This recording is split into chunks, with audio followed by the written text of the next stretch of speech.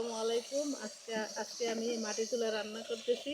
এই যে আমি মুরগির মাংসের জন্য মশলা কষাচ্ছি। এই যে আমার মুরগির মাংস, এই যে মুরগির মাংস, এই যে মাছ, এই যে কচু ভাজি করবো। আমাদের আমাদের ক্ষেতের কচু। এই যে মশলাটা কষানো শেষ হলে আবার আপনাদের মাঝে ফিরে আসবো।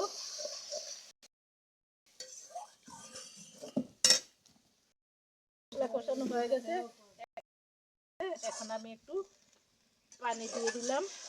এখন দিয়ে দেব আলু। এখন দিয়ে দিব আলু।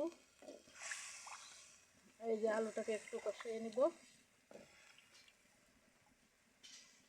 আলুটাকে আমি একটু কষিয়ে নিচ্ছি। এই যে আলুটা কষানো হয়ে গেছে, এখন দিয়ে দিচ্ছি মাংস।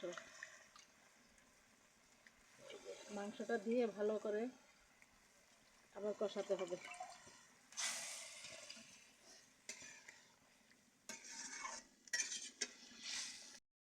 এই যে মুরগির মাংসটাকে এখন ভালো করে নেড়ে চেড়ে মশলার সাথে মিশালাম।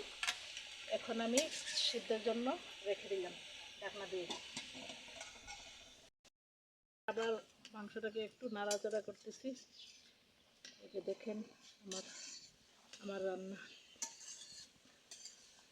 আমি ভাই এত বড় লোক মানুষ না, আমি যাই রান্না করি একটু আপনাদের সাথে শেয়ার করি। এই জন্য আপনারা কেউ কিছু মন্তব্য করবেন না প্লিজ। এই যে আমার মুরগি রান্না কমপ্লিট, এখন ঢেলে ঘরে নিয়ে যাব।